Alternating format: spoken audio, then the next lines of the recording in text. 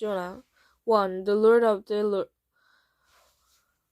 of the Lord come to Jonah son of Amittai. Go to the great city of Nineveh and preach against it, because its wickedness have come up before me. But Jonah ran away from the Lord and headed to Tarshish.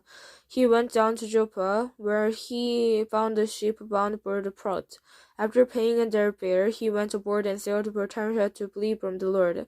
Then the Lord sent a great wind on the sea, and such a violent storm arose that the ship threatened to break up. All the sailors were afraid, and each cried out to his own God. And they threw the cargo into the sea to lighten the ship. But Jonah had gone below deck, where he lay and fell into a deep sleep. The captain went to him and said, How can you sleep? Get up and call on your God. Maybe he will take notice of us, and we will not perish. Then the sailors had said to each other, Come, let us cast lots to find out who is responsible for this calamity. Then cast lots of the lot fell on Jonah. So they asked him, Tell us, who is responsible for making all this trouble for us? What do you do? Where do you come from? Where is your country? From what people are you? He answered, I am a Hebrew, and I worship the Lord, the God of heavens, who made the sea and the land. This terrified them, and they asked, What have you done?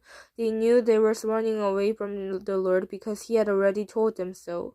The sea was getting rougher and rougher, so they asked him, What should we do to you to make the sea calm down for us? Pick me up and throw me into the sea, he replied, and it will become calm. I know that it is my fault that this great storm has come upon you. Instead, the men did their best to row back to the land, but they could not, for the sea grew even wilder than before. Then they cried out to the Lord, O Lord, please do not let us die from taking this man's life. Do not hold us unaccountably for killing an innocent man, for you, O Lord, have done as you pleased. Then they took Jonah and threw him overboard, and the raging sea grew calm. At his the men greatly feared the Lord, and they offered a sacrifice to the Lord and made vows for him. But the Lord provided a great fish to swallow Jonah, and Jonah was inside the fish 3 days and 3 nights. 2. From inside the fish Jonah prayed to the Lord his God. He said, In my distress I called to the Lord, and he answered me. From the depths of the grave I called for help, and you listened to my cry. You heard me with a deep into the very heart of the seas, and the current swirled above me. All your waves and breakers swept over me. I said, I have been banished from your sight, yet I will look again toward your holy temple, and engulfing water threatened me. The deep surrounded me. Seaweed was wrapped around my head. To the roof of the mountain I sank down.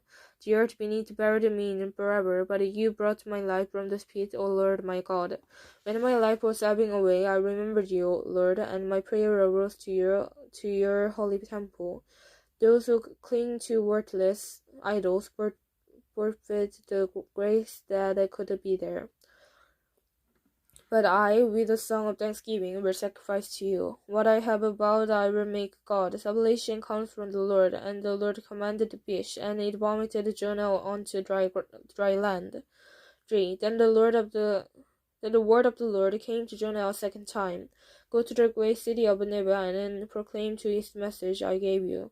Jonah obeyed the word of the Lord and went to Nineveh. But now Nineveh was a very important city. A visit required 3 days. On the first day, Jonah started into the city. He proclaimed, 40 more days and Nineveh will be overthrown.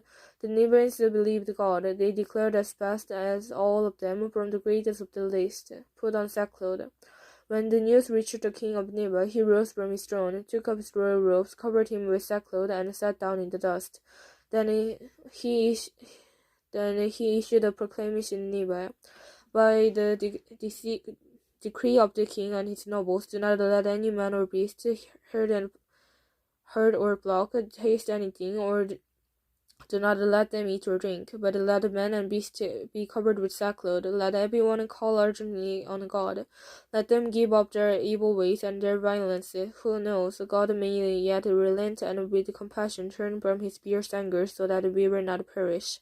When God saw that they did and how they turned from the evil ways, he had compassion and did not bring upon them the destruction he has threatened.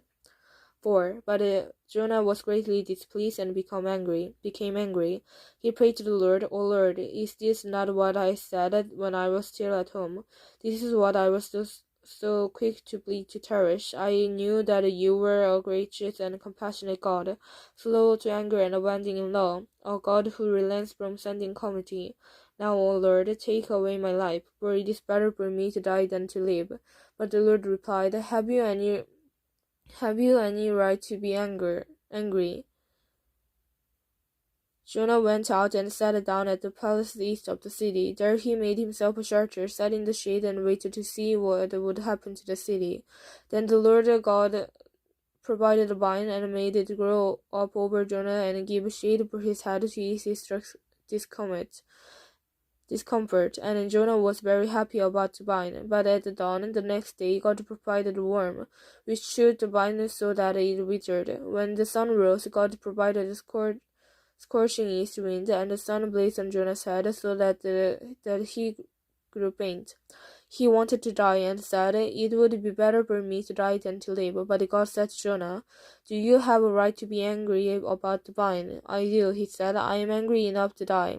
But the Lord says, You have been concerned about this vine, though you did not intend it to make it grow. It sprang up overnight and died overnight. But Libya has more than 120,000 people who cannot tell their right hand from their left, and many cattle as well.